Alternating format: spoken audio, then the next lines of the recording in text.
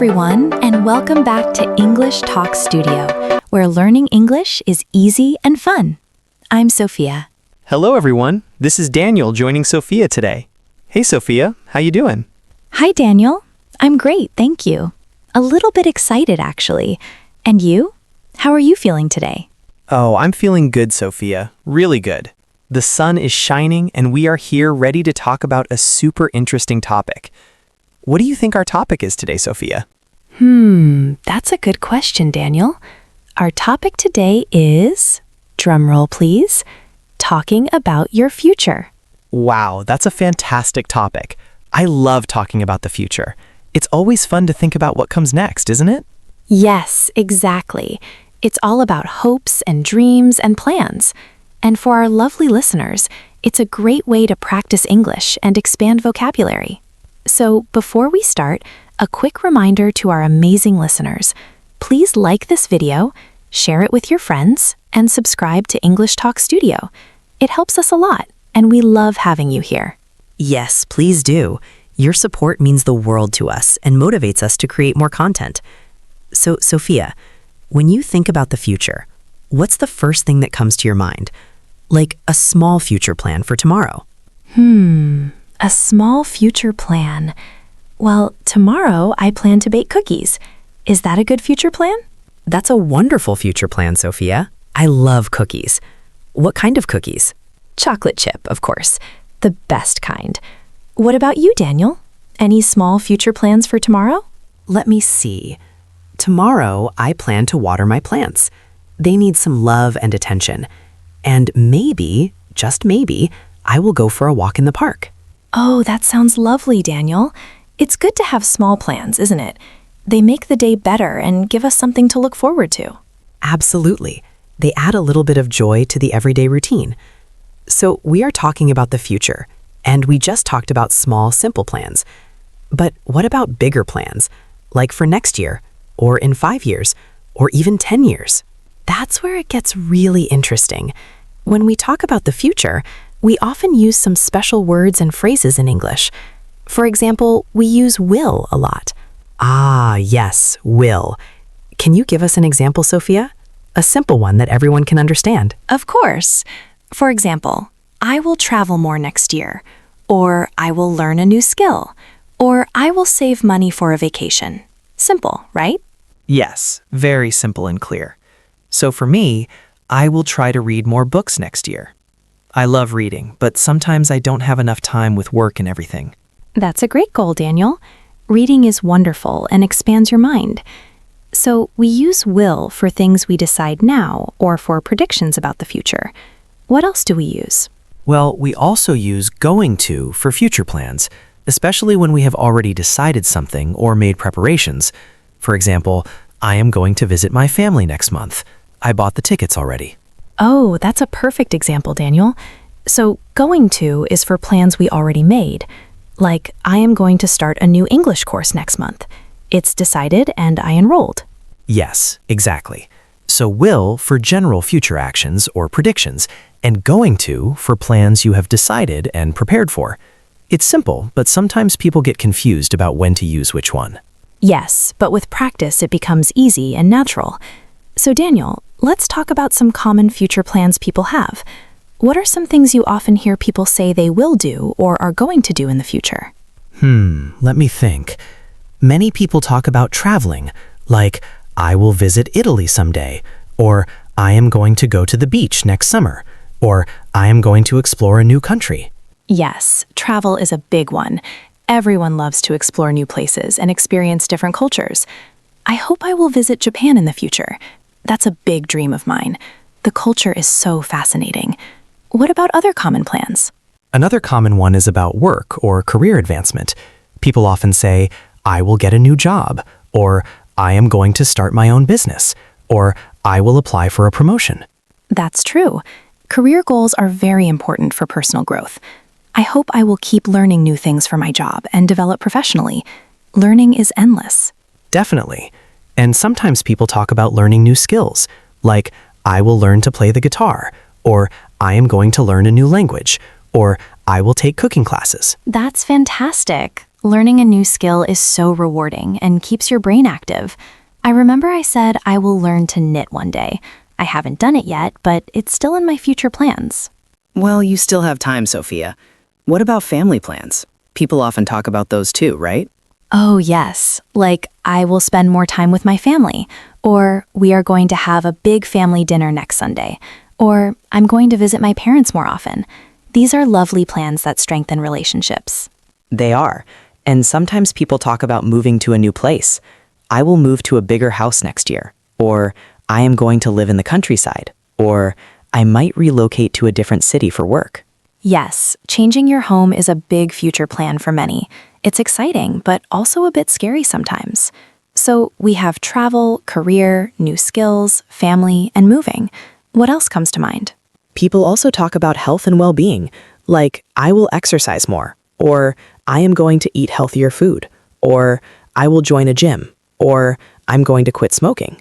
These are very good future plans for personal health and longevity. Those are very important. Taking care of yourself is vital for a happy life.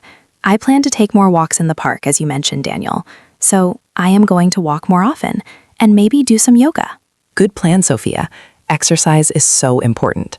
And speaking of plans, sometimes we use might or may to talk about the future when we are not 100% sure.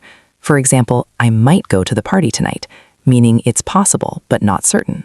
Ah, yes, might and may. They show possibility. So I might buy a new car next year means it's a possibility but not a definite plan yet. I'm still thinking about it. Exactly. Or it may rain tomorrow. We are not sure, but it's possible according to the weather forecast. So will for sure things, going to for decided plans, and might may for possibilities. Good summary, Daniel. This is really helpful for our listeners. Let's try some examples. Daniel, tell me something you will do next year, something you are sure about. Okay, I will definitely learn some new songs on my guitar. I love playing and I want to improve my skills. That's a sure thing for me. That's wonderful, Daniel. And what is something you are going to do soon? Something you have already decided and planned?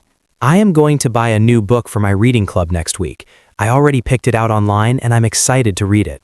Perfect. And what is something you might do in the distant future?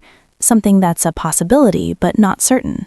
In the distant future, I might learn to speak Italian or Spanish. I love Italian food and culture, so it's a nice dream, but I'm not sure yet. It depends on my schedule. That's great, Daniel. Italian is a beautiful language, and so is Spanish. So you will learn new songs, you're going to buy a book, and you might learn Italian. Good job using all three. Thank you, Sophia. Now it's your turn. Tell me something you will do next week, something certain. Next week, I will call my grandmother. We talk every week, so it's a short thing. We have a routine. That's lovely and important. And what are you going to do this weekend? Something you've planned. This weekend, I am going to visit a new coffee shop. My friend told me about it, and I want to try their coffee and pastries. Oh, nice. Sounds delicious. And something you might do next year. Something possible. Next year, I might plant a small garden in my backyard. I love flowers and vegetables, but I am not sure if I will have enough time. So it's a possibility. Excellent example, Sophia. Our listeners can practice these phrases too, thinking about their own future plans and dreams. Yes, exactly. Thinking about your own life makes it easier to remember the grammar structures. That's a good point, Sophia. So we've talked about our personal plans, but what about things that will happen in the world? We use will for predictions about the future, often based on what we think, right? For example, the weather forecast says it will be sunny tomorrow, or I think technology will change a lot in the next 10 years, or scientists say the climate will get warmer. Yes, we often use I think or I believe with will for predictions. I think people will travel to space more often in the future, maybe even space tourism. That's a big prediction. That's a very big prediction, Sophia. I hope so. That would be amazing. So it's not just about our personal lives, but also about the world around us and global changes. Exactly. And sometimes when we talk about the future, we also talk about goals and aspirations. A goal is something you want to achieve. An aspiration is a strong hope or ambition for the long term.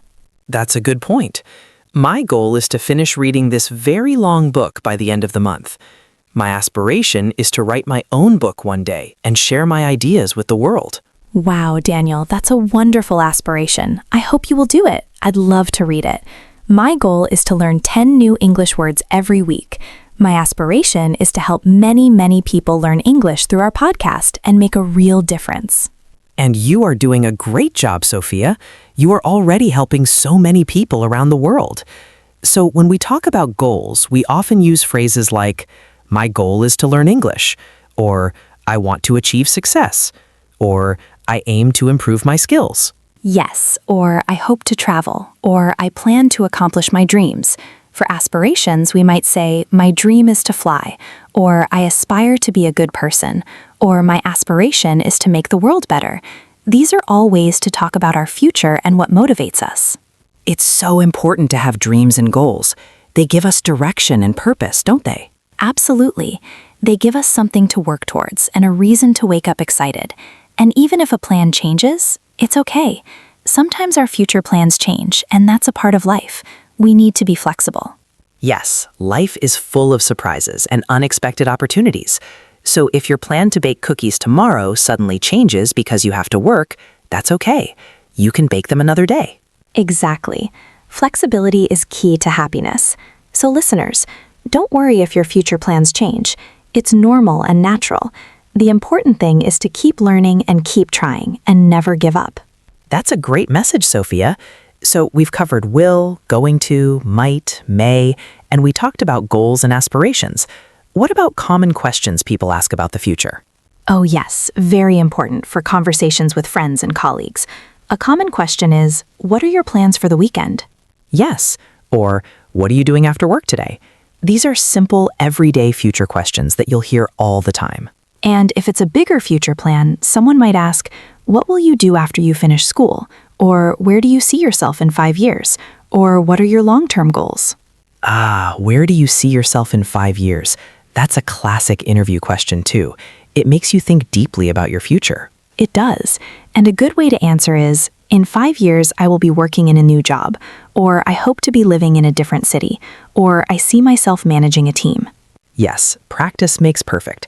So listeners, try to answer that question for yourselves. Where do you see yourself in 5 years? Great idea, Daniel. Think about it and try to use will or going to in your answer.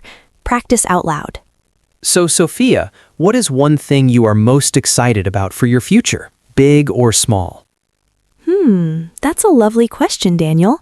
I am most excited about continuing to learn and grow as a person. I think I will always be a student of life, and that excites me. Every day is an opportunity to learn. And you, Daniel? That's a beautiful answer, Sophia.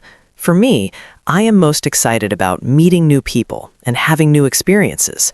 I believe I will meet many interesting people in the future, and that makes me very happy. Connections are important. That's wonderful, Daniel. Life is an adventure, isn't it? It truly is, and learning English is part of that adventure for our listeners. By talking about the future, they are building their English skills step by step. Yes, exactly. Every word, every phrase helps them on their journey to fluency. What about short-term versus long-term planning? That's interesting. Short-term planning is like this week or this month. Long-term is years from now. Right. Short-term might be, I'm going to clean my house this weekend. Long-term might be, I will retire at age 60. Exactly. Both are important for a balanced life. What about New Year's resolutions? Oh yes, those are future plans people make at the start of the year. Like, I will exercise more this year, or I'm going to save more money. Yes, but many people don't keep them. That's why it's important to make realistic goals. True. Small, achievable goals are better than big, impossible ones. So we hope this episode helped you understand how to talk about the future in English. It's a very useful skill for everyday conversation. It certainly is. And remember, practice makes perfect. Try to talk about your own future plans in English every day, even just for a few minutes. Yes, even if it's just, I will make coffee now, or I'm going to brush my teeth. Every little bit helps build fluency.